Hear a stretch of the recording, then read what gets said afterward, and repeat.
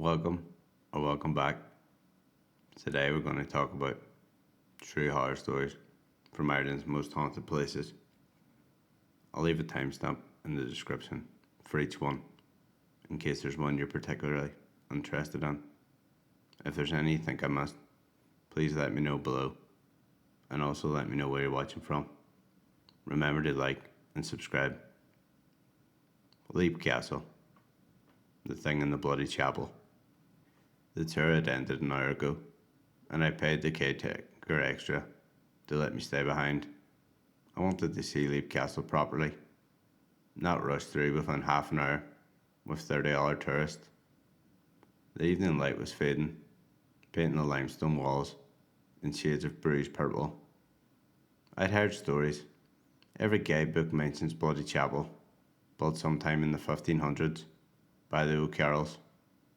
One brother murdered, another during Mass, and left his body there.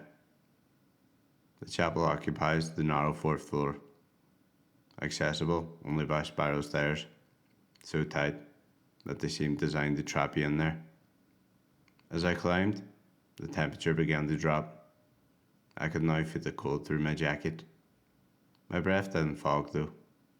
It was a dry cold, the kind that makes your throat tighten up.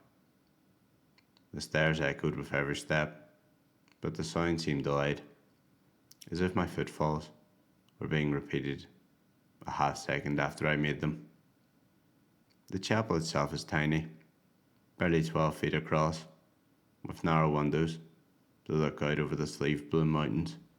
There's an altar, of course, stone cold to the touch, and there's the bloodstain on the floor. They say it's the victim's blood, and that it refuses to wash out, no matter how many times they've tried. I knelt down and ran my fingers across it. It was rough, raised somehow, almost like a scar tissue. This is when I became aware that I wasn't alone. It wasn't a sound or a movement, rather a thickness in the air. I've never actually known how else to describe it.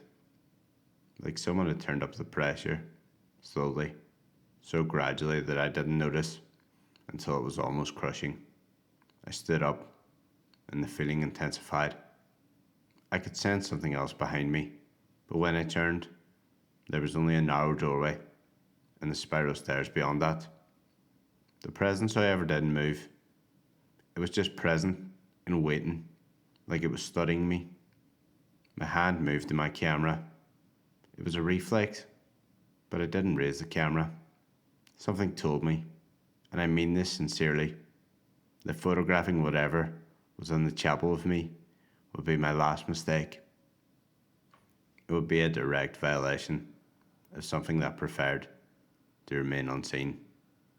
I backed towards the stairs, the pressure unlifting, if anything, growing more insistent. I reached the top step and looked back once. The chapel was empty, physically absolutely empty, but the thickness still there. Watching from the darkness near the altar, I descended the stairs as quickly as the narrow spiral would let me. My hand slid along the wall the whole way down, and I could have sworn I felt warmth radiating from the stone. Not a body heat though, something older, something that had been absorbing the cold for 500 years. When I reached the ground floor, I didn't look back. I found the caretaker in the courtyard, smoking by the gate. "You didn't last long." "The chapel. There's something up there." He took a long draw on his cigarette and looked back at the castle. "Not always. Only whenever it wants to be found." Cork Jail, the execution yard. I worked as a night security guard at Cork Jail for just under 3 months. That's how long I lasted before I handed in my notice anyway. I told them they could find someone else to walk the perimeter at 2 a.m. The jail's decommissioned now. It's more of a museum really, but the building remembers what it was. You can feel it in the mortar and stone. Between 1824 and 1923, they executed people in the jail yard They hung them from the gallows that's long gone, through the iron ring where the rope was attached, still sits to the wall, oxidized and discoloured now. My first week was fine. The second week I noticed something. It was around 2 a.m.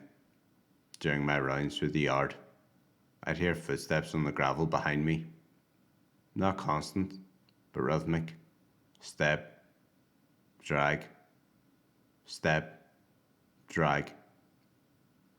Like someone with an injury, trying to move, but unable to walk normally. I'd turn and there would be nothing. Just the empty yard under the stars. The high walls surrounding it on all sides.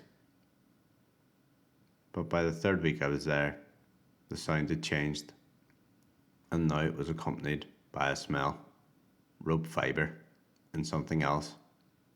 Something organic, and long since rotted, and a sound that I eventually recognised as a laboured breathing. It was a wet breathing, like the sound someone makes when they're trying to breathe through liquid. On the night I quit, I was making my rounds at 2:15 a.m. The sound was louder than it ever had been. The dragging footsteps now circling me, slowly and methodically, like something assessing its prey. I quickened my pace towards the gate, and that's when I heard it. A wet, rasping voice, barely audible, saying something that perhaps could have been my name. I ran the last 50 yards, and I didn't stop until I was in the lodge, with the doors locked behind me. The next morning, I called my manager and told him I was done. He didn't argue. He asked when I started hearing the footsteps, and when I told him the second week, he just nodded, like I confirmed something he already knew. They usually wait longer before they start following the guards. You must have reminded him of someone. I've never been back. Malahide Castle, the Jester's last laugh.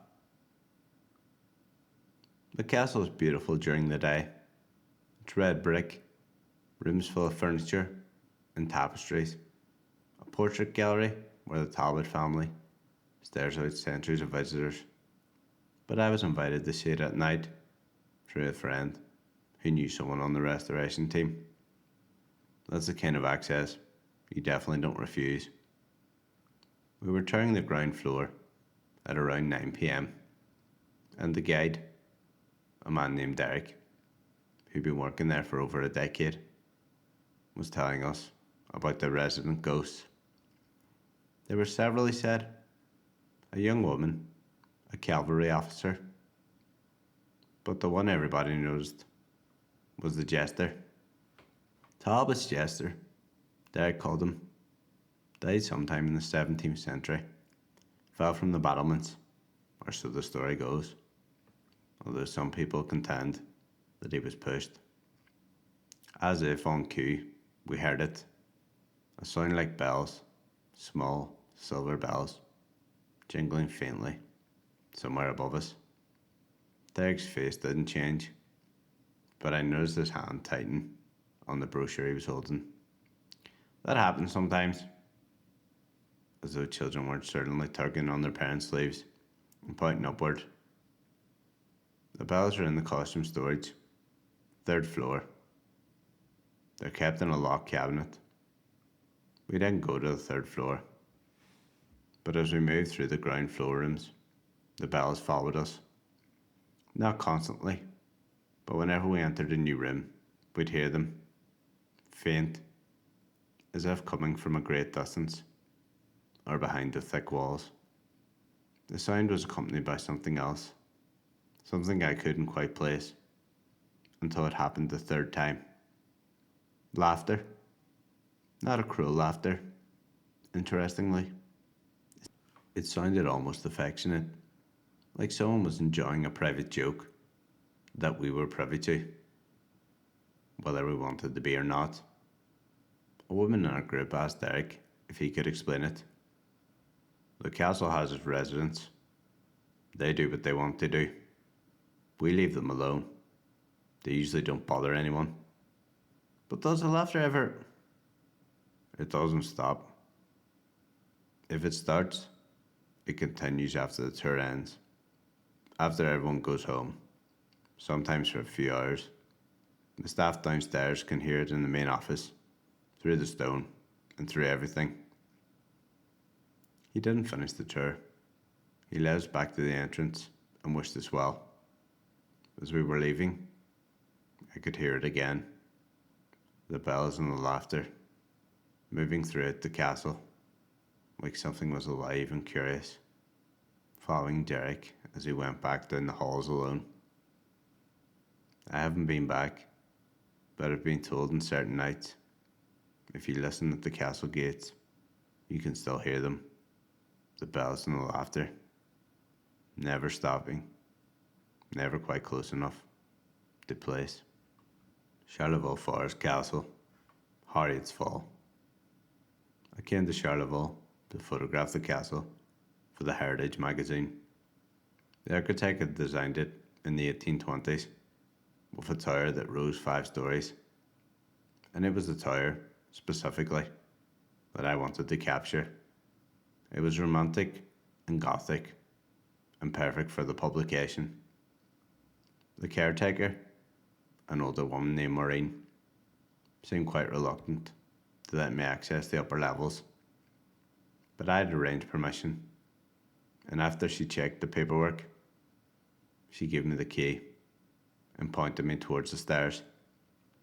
The top room, that's where the younger lady fell. Harriet it was. Long time ago now.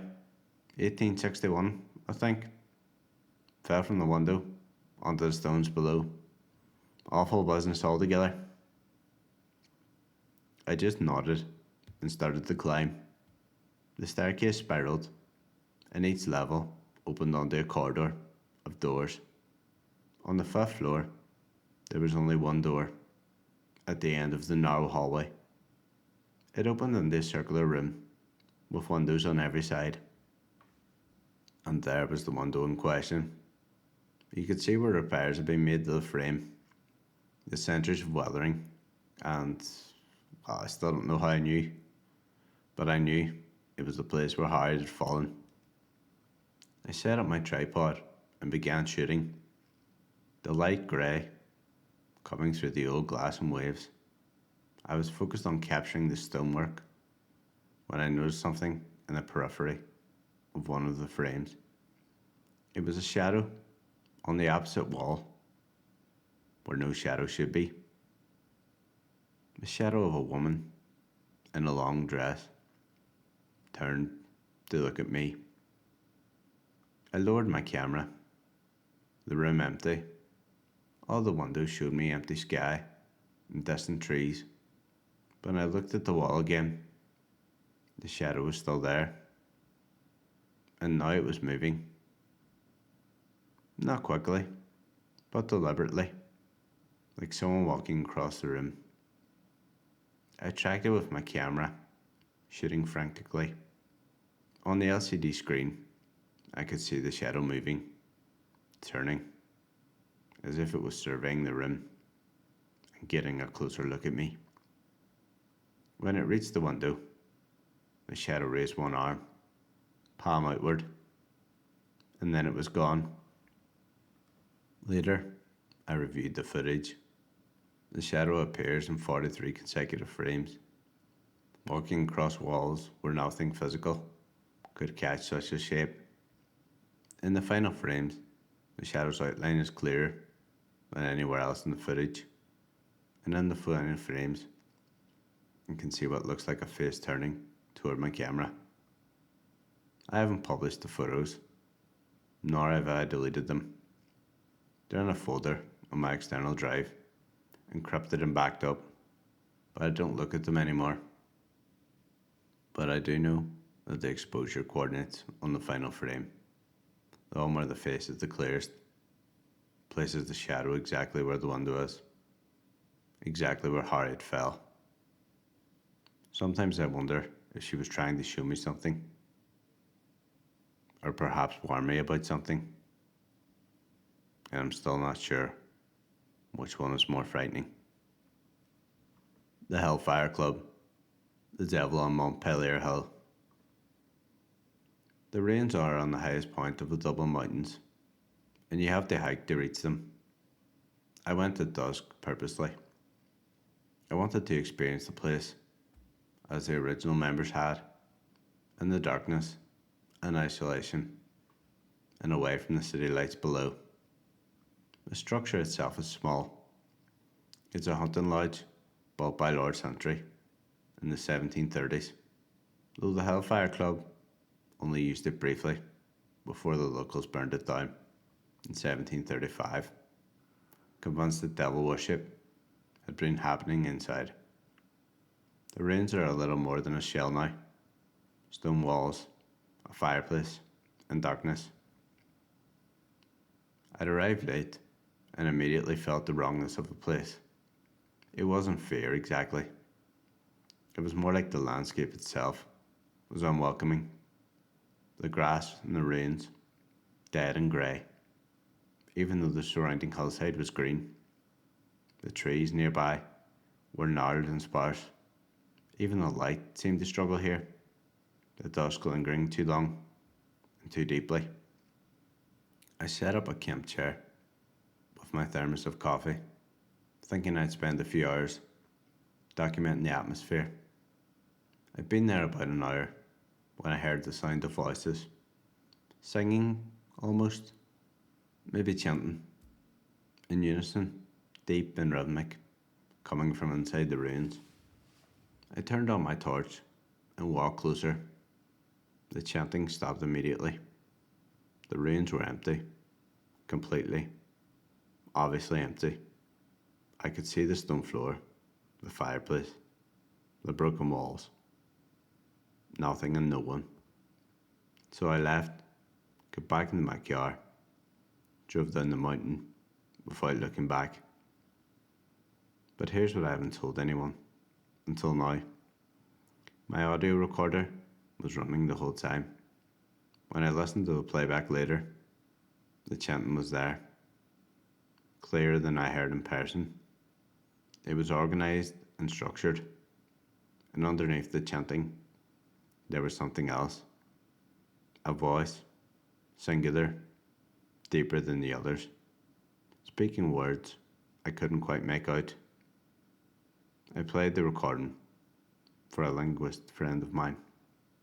She listened 3 times, and then asked me where I recorded it. Montpelier Hill, I said. The Hellfire Club ruins. She went very quiet. What is it? It's the voice underneath, the deep one. I don't think it's speaking English or Irish. The phonemes are, I don't recognise the language, but it sounds very, very old. I asked her to try harder, try to tell me what it was saying. She handed back the recorder and refused to listen to it again. Some things are better left unknown, she said. I still have the recording, but I never dared listen to it another time. I'm afraid to understand what she understood. Dunluce Castle, the cliff below. The castle clings to the cliff edge at the northern tip of County Antrim, and the sea spray reaches the walls on even the calmness of days. I went there to do a story on coastal erosion, but what I found was something else entirely. The castle is partially ruined.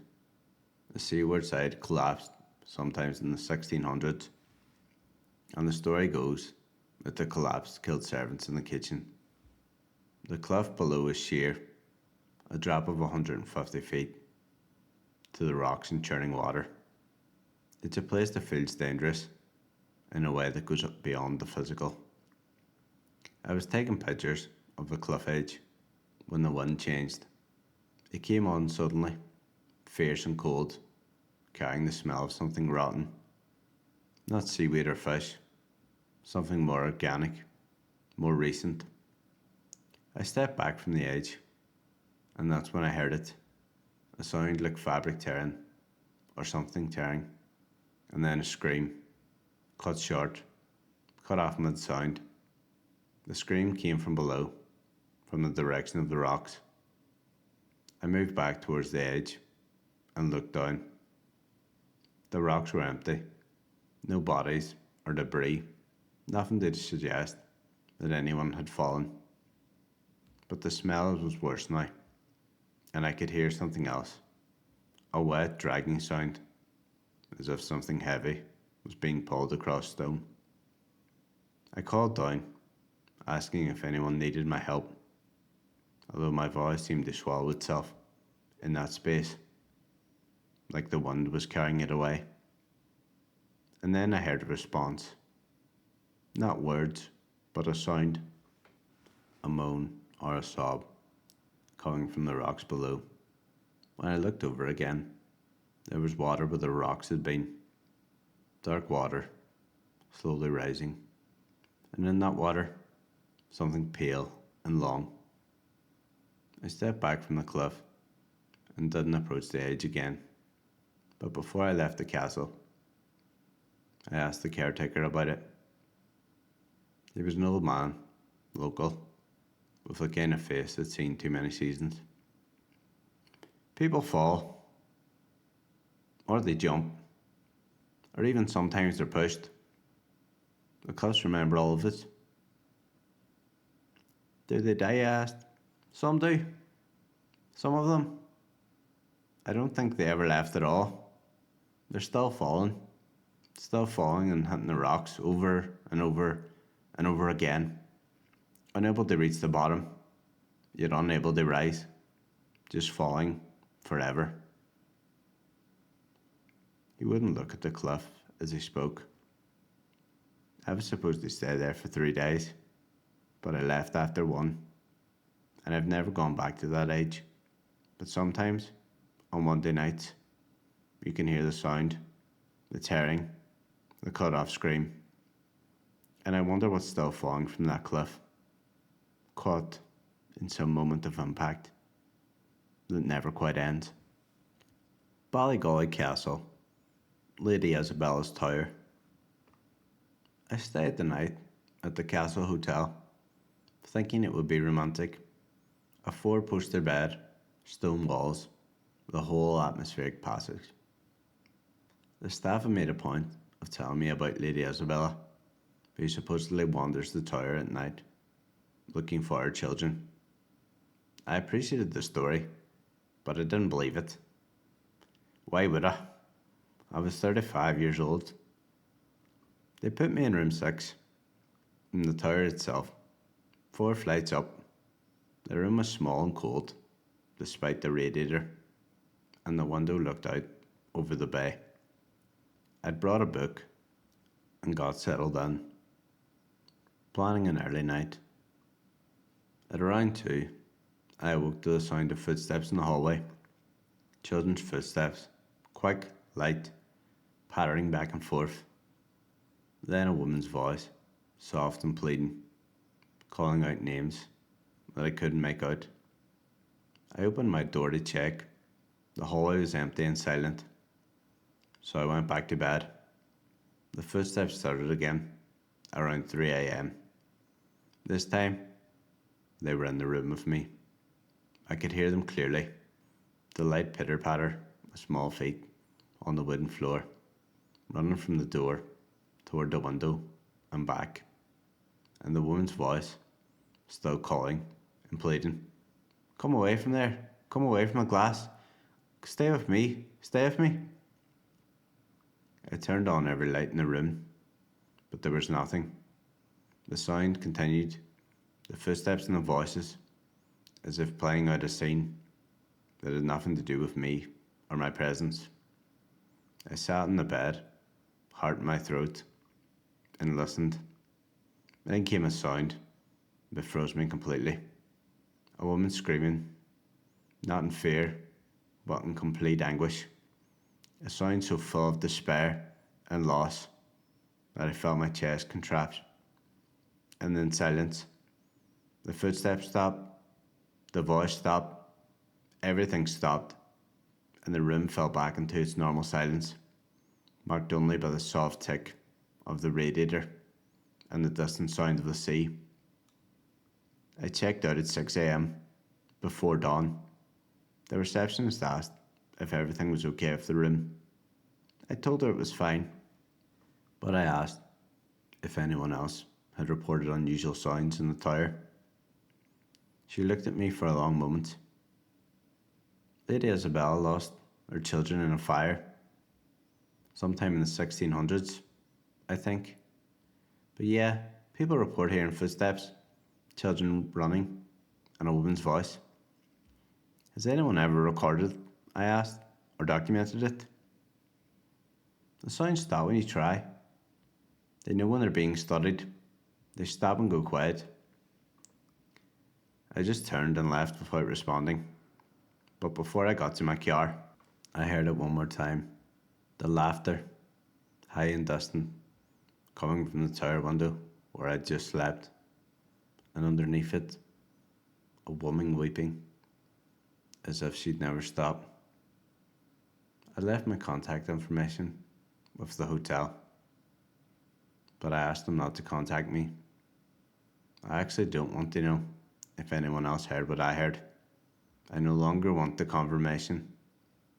I just want to believe whatever is trapped in that tower at night at least has the company of its own lost children, even if the company is bound to a tragedy that occurred over 400 years ago. The old Abbey of Kilcrea. Shadows in the Abbey. The Abbey is on the grounds of a small cemetery, isolated in a valley in County Cork. There's no formal tours or facilities. It's just the ruins, the graves, and the overwhelming sense of age. I went to document the stonework for a project, expecting a quiet afternoon of photography. I was alone.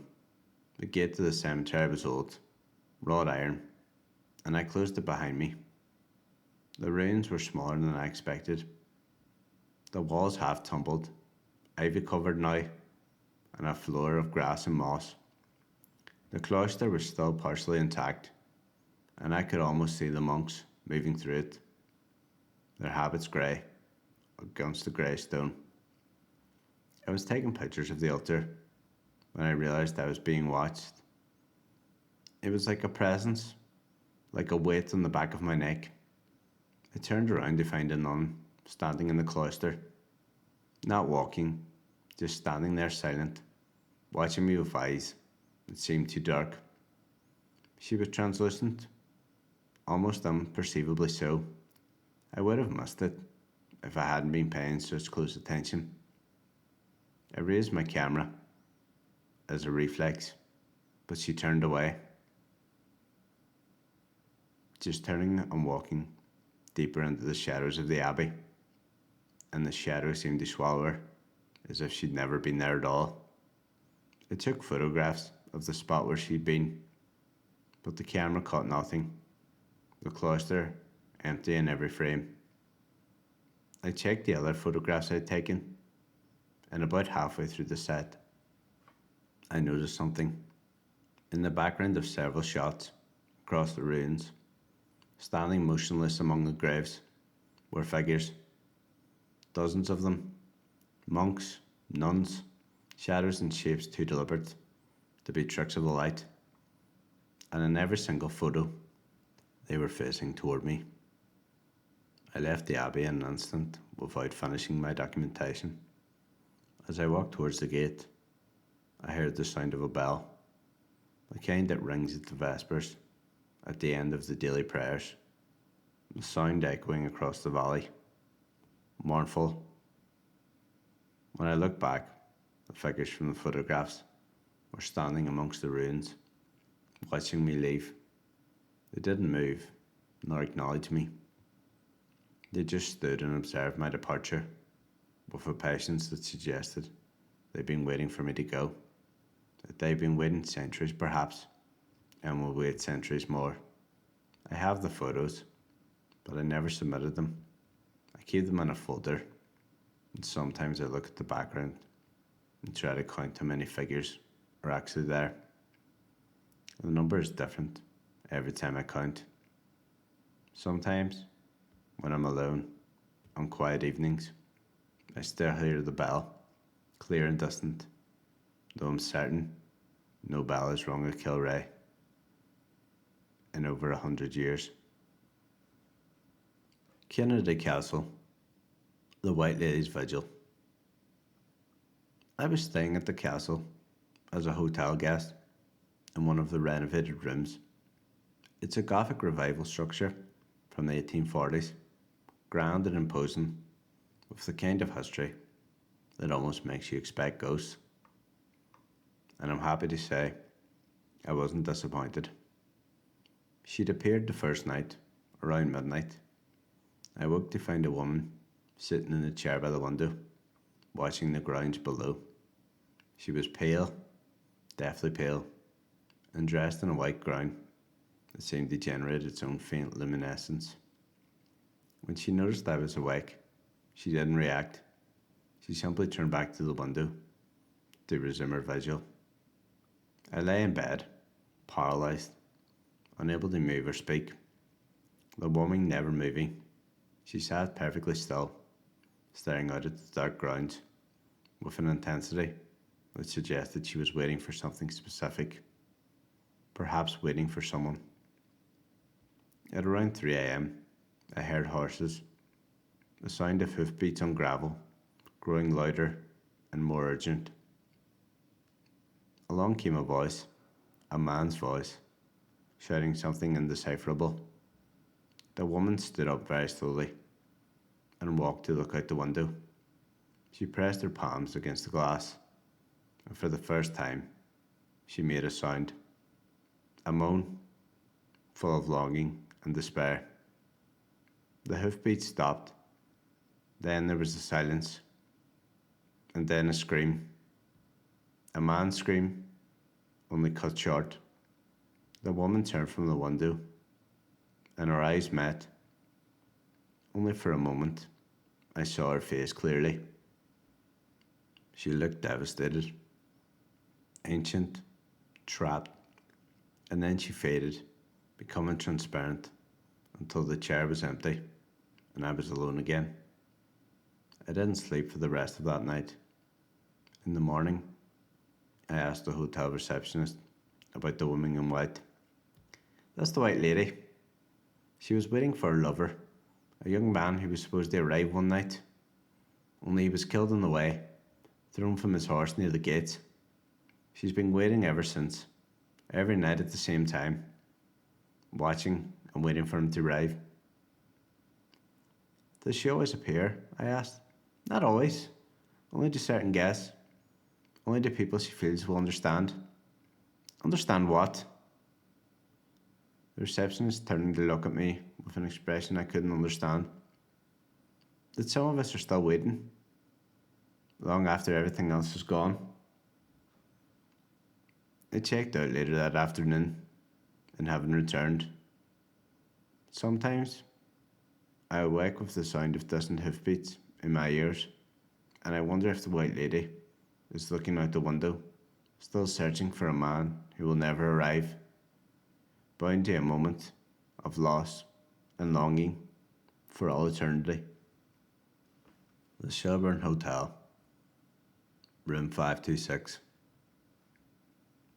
I was doing a feature on one of Dublin's most historic hotels when the manager casually mentioned that room 526 was always the last to be booked, and often left empty even when the hotel was full.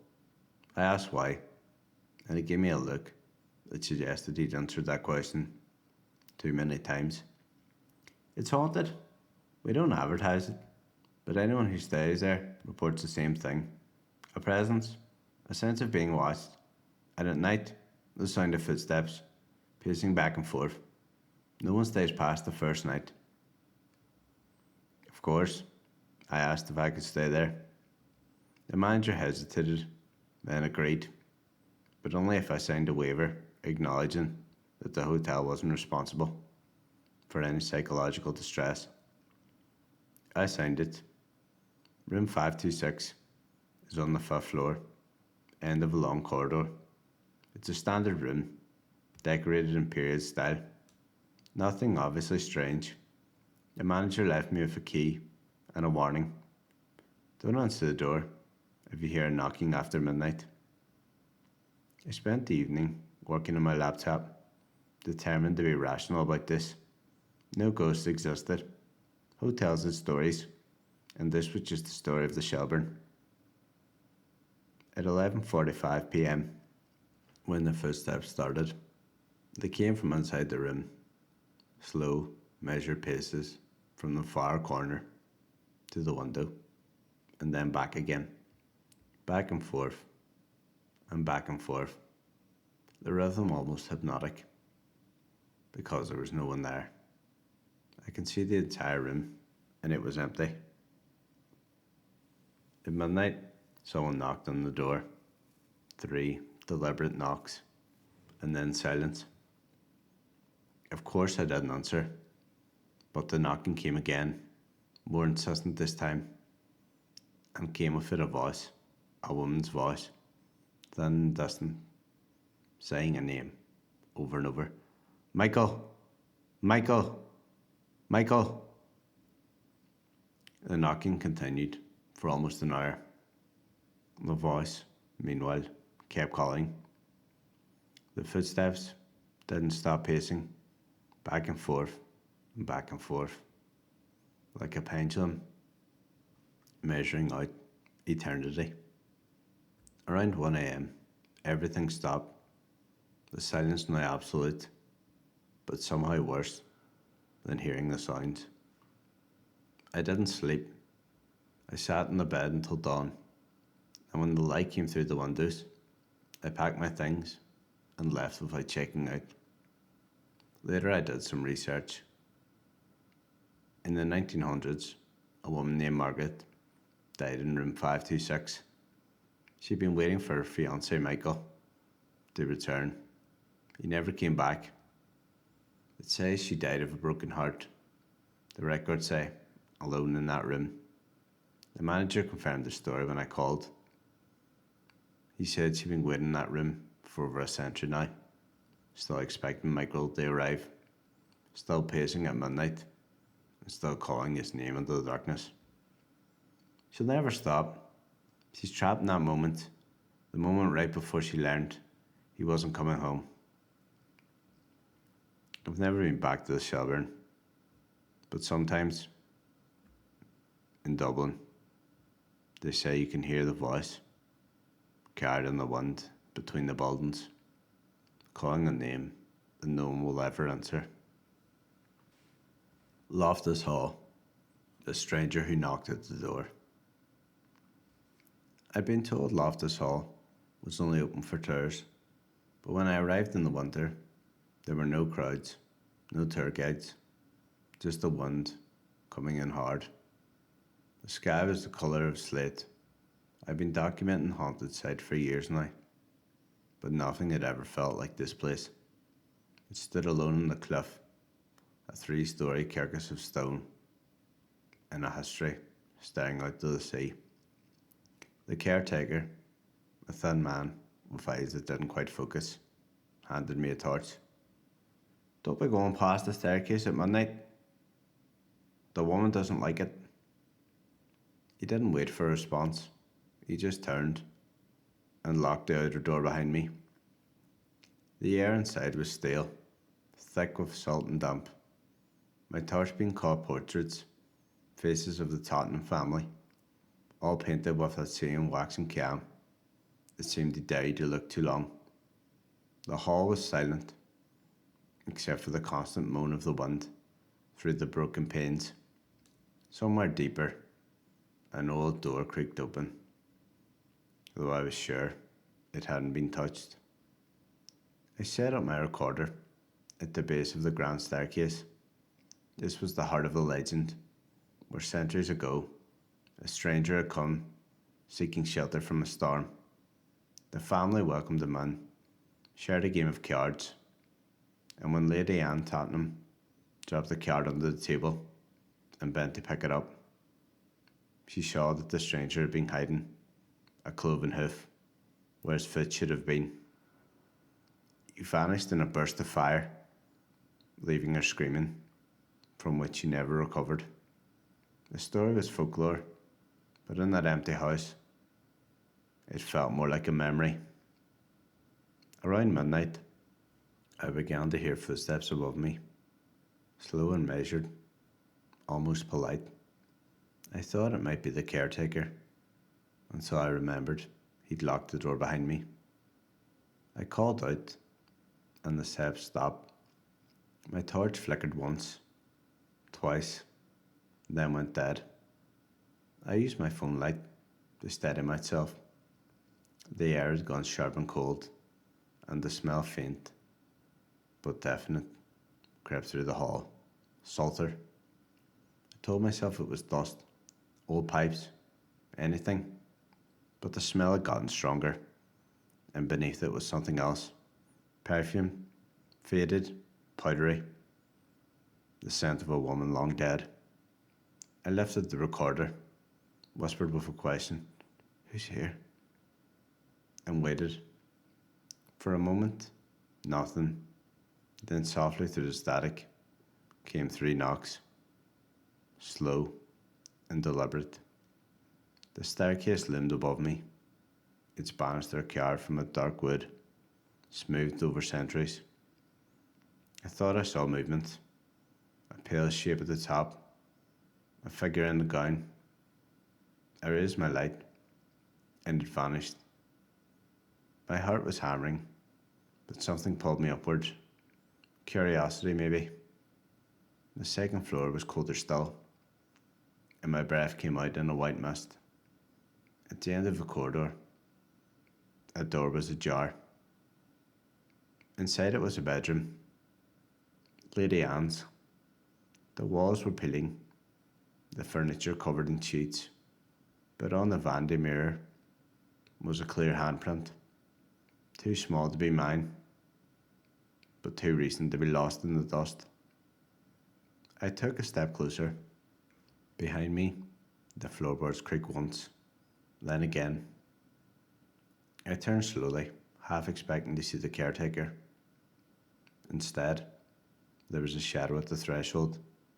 It was tall and human shaped, but its edges seemed to shift, darker than the dark around it. The sulphur smell full in the room. My phone light dimmed to a red glow, and for the briefest instant, I saw its reflection in the mirror. Not a man, not quite. The outline of something standing on hooves. The light went out completely. I don't remember running, but I found myself outside, gasping on the gravel path. The hall behind me, a black silhouette against the storm. The caretaker was waiting by his car, engine running, not looking surprised. "Did you come down the stairs?" "No, something else did." He nodded, as if he'd heard this before. "She always follows the strangers. That's her curse. To keep him from ever leaving." As we drove away, I looked back once. The upper window of Lady Adam's room was lit, and in the glass, for just a second, I thought I saw 2 figures, one in a gown and the other in shadow, standing side by side, watching me go.